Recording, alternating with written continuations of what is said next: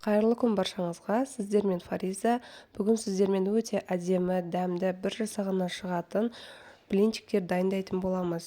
Егер менің каналыма тіркелмеген болсаңыздар, ең алдымен каналыма тіркеліп, менің каналымды жоғалтып алмас үшін қоңырауша белгісін басып қойыңыз.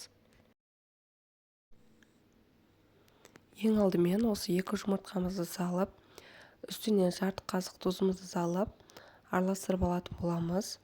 Жақсылап араластырып, үстінен шекерді салатын боламыз. Шекерді де салып, жақсылап араластырып аламыз.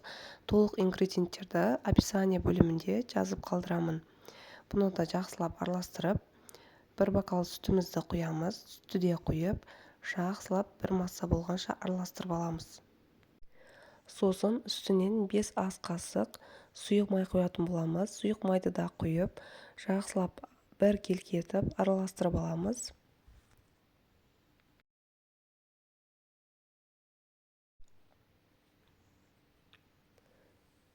Осылай жақсылап араластырып алдық. Үстінен ұнымызды салатын боламыз.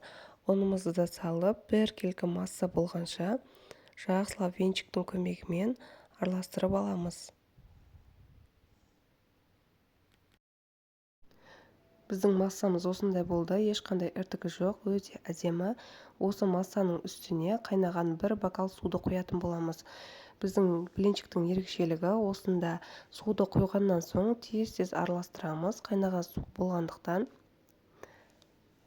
міне осындай сұйықтығы осындай болды. Қатты қою да емес, қатты сұйықта емес, орташа сұйықтықта болды. Табамызды газге қойып, үстіне осылай майлап алатын боламыз. Қызып тұрған табамыздың үстіне блинчиктерімізді құйып, осылай пісіріп алатын боламыз.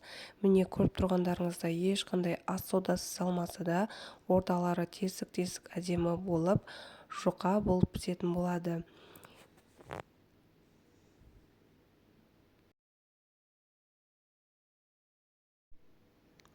Астының піскенін қалай білеміз? Мынау шет-шеттері қызара бастаған кезде осылай шет-шетіні қайырып, қолымызбен немесе осылай лопатамен аударатын боламыз.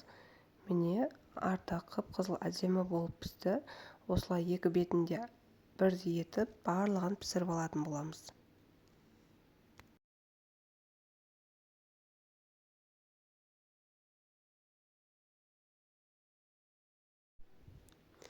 Міне блинчигіміз пісті. Көрдіңіздер, екі жағы да қызарып, әдемі болып пісті. Жұқа, ортасы тесік-тесік, өте әдемі болып шықты. Барлығын осылай екі жағын бірдей етіп пісіріп алатын боламыз.